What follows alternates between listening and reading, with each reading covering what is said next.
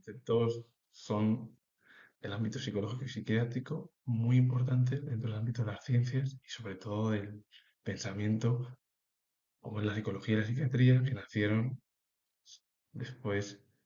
de la era moderna y más concretamente en la edad contemporánea, desde el siglo XIX hasta la actualidad. La neurosis es un trastorno mental o emocional caracterizado por la angustia, ansiedad y otros sistemas emocionales que se producen sin una lesión física aparente en el sistema nervioso. Históricamente se considera un conflicto entre el yo y los impulsos instintivos,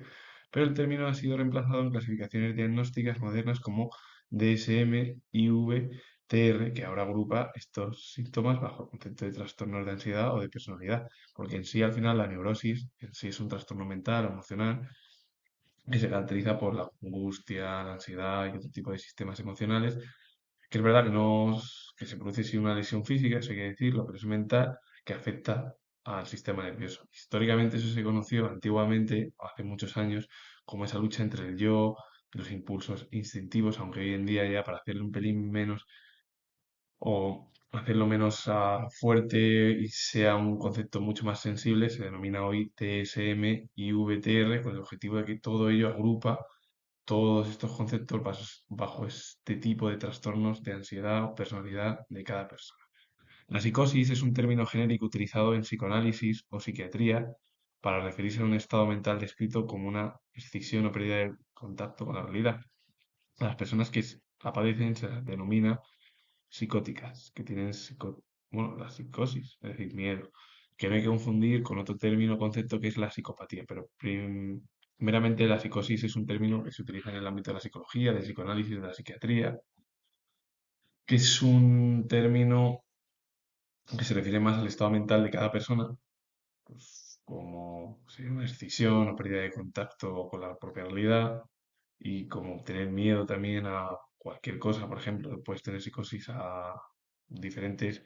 maneras de ver la realidad y es como casi que te alejas de la propia realidad tal y como es. Eso sería el término psicosis. La psicopatía es un trastorno de la personalidad caracterizado por la falta de empatía y remordimiento, un marcado comportamiento antisocial y una capacidad para cumplir con las normas sociales, aunque el individuo puede no ser necesariamente delincuente, porque las personas con psicopatía tienden a ser manipuladoras, manipuladores, es decir, manipulan, impulsivas e indiferentes al daño que causan a otras personas, por ejemplo, a diferencia de otros tipos de trastornos. La psicopatía puede tener comportamientos genéticos y neurobiológicos en su desarrollo. Pueden ser que a lo mejor sean heredados de los genes o que vengan de algún problema de la biología y sobre todo de la mente, que os voy a explicar ahora mismo el término de la neurobiología, pero la psicopatía en sí es un trastorno de la personalidad de cada persona, porque no tenemos, la persona no puede tener empatía, no tiene remordimiento, tiene un comportamiento antisocial, una capacidad para cumplir con las normas sociales tampoco. Aunque claro, considerar a un psicópata como alguien dentro de la delincuencia, bueno, se puede, pero es raro, bueno, no es que sea raro, no hace falta que sea un psicópata un delincuente. Lo que pasa es que un psicópata o la psicopatía lo que intenta llevar a cabo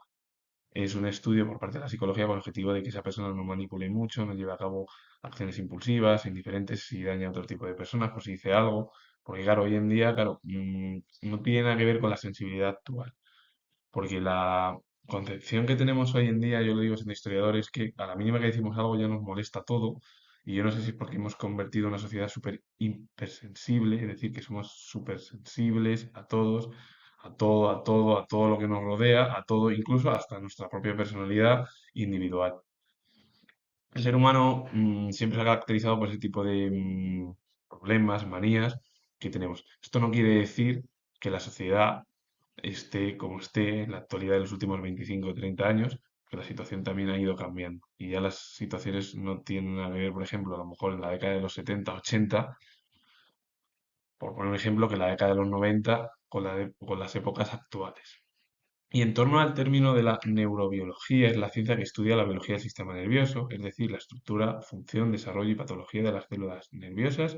y sus circuitos, con el fin de comprender cómo se origina el pensamiento, la memoria y el comportamiento de cada individuo. Es una disciplina que se sitúa entre la biología y la neurociencia, utilizando técnicas como la microscopía, la electrofisiología y la genética para investigar los mecanismos subyacentes a la función cerebral y el desarrollo de enfermedades neurológicas. La neurobiología, lo que es un estudio casi del sistema nervioso dentro del ámbito de la biología, con el objetivo de llevar a cabo una estructura de cómo podemos estudiar el cerebro, pues la estructura, la función, el desarrollo, la patología de todas las células nerviosas y todos los circuitos para tener un claro conocimiento por parte de los especialistas, psicólogos y psiquiatras, psicoanalistas también, hay que decirlo, ¿por qué no?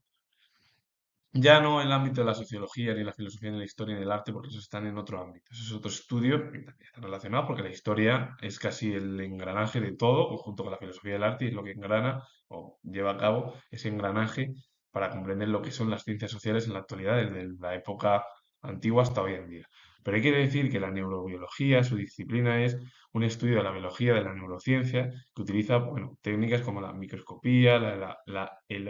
electrofisiología, o incluso también la genética con el objetivo de investigar los mecanismos subyacentes a la función cerebral, por qué se comportan así, para evitar también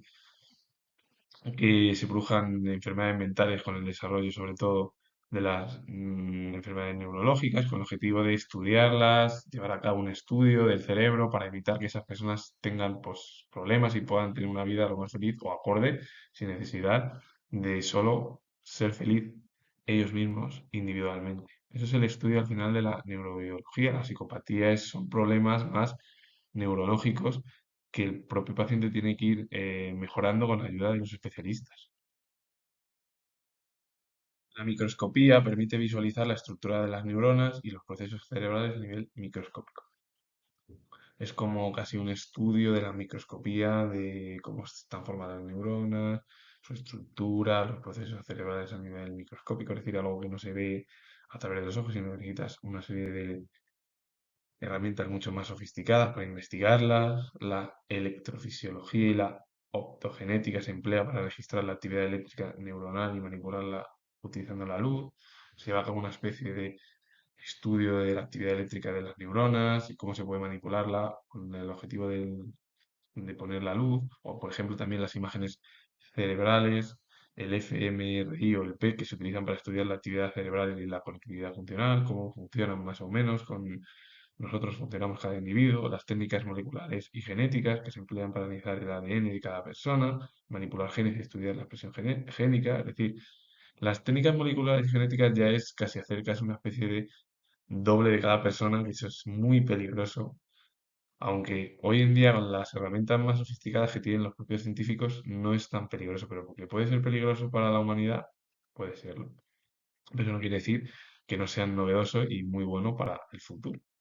ese tipo de técnicas moleculares y genéticas. Y luego los modelos animales que por último se usan modelos como ratones y moscas de la fruta para estudiar su desarrollo y la función del sistema nervioso. Los modelos animales pueden incluso servir de ejemplo para el futuro estudio de los modelos en los seres humanos. ¿Cómo? Pues llevando a cabo una serie de experimentos, primero en animales, que a lo mejor en el futuro se pueden llevar a cabo en el mundo bueno, en el mundo humano, en el mundo de los seres humanos. El clasicismo psicoanalítico se refiere a las teorías y prácticas fundamentales del psicoanálisis creadas por Sigmund Freud, centradas en el inconsciente y su influencia en la conducta y personalidad, particularmente a través de las experiencias infantiles y etapas psicosexuales. Este enfoque clásico utiliza la asociación libre y la interpretación de los sueños para traer la conciencia, pensamientos y sentimientos reprimidos y alcanzar el bienestar psíquico a través del equilibrio entre lo que habló en sí Freud, como fue el ello, el yo y el superyo, que lo voy a hablar y voy a hablar ahora mismo de los conceptos de los tres, y que en sí el clasicismo psicoanalítico es casi un estudio como teorías prácticas que se llevaron a cabo dentro del psicoanálisis de Freud, que se centraron en el inconsciente y su influencia, o se centran en el inconsciente y su influencia en la conducta y personalidad de cada persona, particularmente a través de todas las experiencias infantiles de las personas y etapas psicosexuales, por ejemplo, aunque este enfoque clásico está utilizado más a esa asociación libre, y la interpretación de los sueños para atraer a la conciencia pensamientos y sentimientos reprimidos de cada persona, con el objetivo de que luego el propio psicoanalista, ya sea hombre o mujer, pues lleve a cabo un bienestar psíquico en la persona a través de ese equilibrio que es lo que habló el propio Freud en su propio pensamiento, que fue el ello, el yo y el superyo. Y la asociación libre, el paciente es invitado a decir todo lo que se le ocurra, sin censura ni elección, incluso lo que parezca desagradable o sin importancia, para permitir la floración del material inconsciente. La asociación libre es hablar de todo lo que sea, que sean cosas malas, negativas, positivas, es decir, con el objetivo de que el propio especialista tenga una especie de apuntes y pueda en las futuras o en las siguientes em, sesiones, pueda ayudar poco a poco a los pacientes o al paciente. La interpretación de los sueños. Los sueños son considerados la vía regia. Bueno, el inconsciente y su análisis permite desvelar deseos y conflictos ocultos. Sí, se pueden interpretar los sueños por parte de los psicoanalistas, como decía Freud, a través de la vía regia. Lo que pasa es que, claro, el inconsciente y su análisis permite desvelar deseos y conflictos ocultos que tenemos nosotros cada uno. El análisis de la transferencia. El paciente proyecta en el terapeuta sentimientos y patrones emocionales de sus relaciones pasadas, especialmente con figuras parentales, lo que el analista interpreta para comprender la dinámica del paciente. El análisis de la transferencia es todos los sentimientos que tenemos nosotros, que lo proyectamos nosotros, los pacientes, al propio especialista, con el objetivo de comprendernos nosotros y que el especialista, pues bueno, lleva a cabo una serie de herramientas imaginarias para que tú tengas una vida lo más feliz posible y puedas interpretar cómo ha sido tu vida, pues desde que naciste desde pequeño hasta la actualidad, por ejemplo.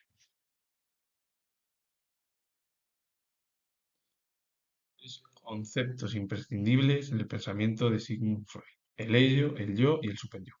El ello es la parte más primitiva, regida en principio por el placer que busca la satisfacción inmediata de los instintivos y pulsiones. Es decir, el ello sería casi lo que sería lo primitivo de nosotros, que es el placer, la satisfacción inmediata de los instintivos y pulsiones que tenemos las personas. Es decir, no sería racional, sino lo irracional,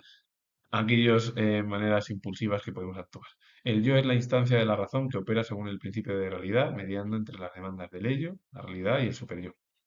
El yo ya es lo razonable, que es algo que opera en el principio de la realidad que tenemos nosotros. Y ahí es lo que media entre el placer y lo que ya está, que serían las normas, por ejemplo, morales de cada uno individualmente, que sería, por ejemplo, el superyo, por ejemplo.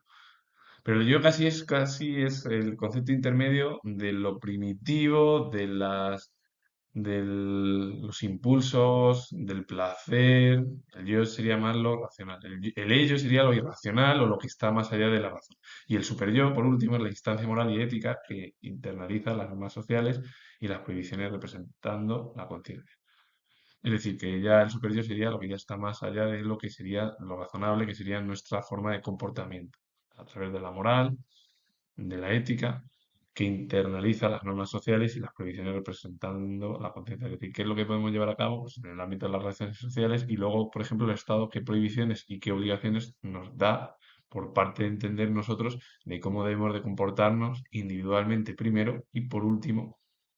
colectivamente. Por ello debemos de comprender de que los conceptos al final en el ámbito de las ciencias sociales son casi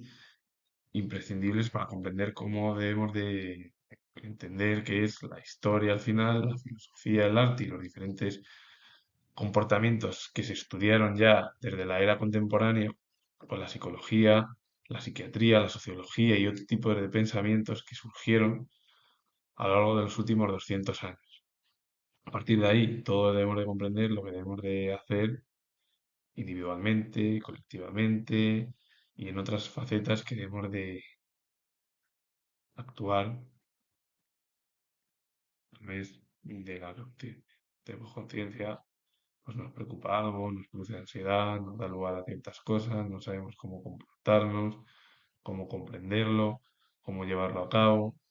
y a veces nos podemos equivocar, no equivocar y bueno, pues a veces el error, bueno, pues puede llevar a cabo a que muchos errores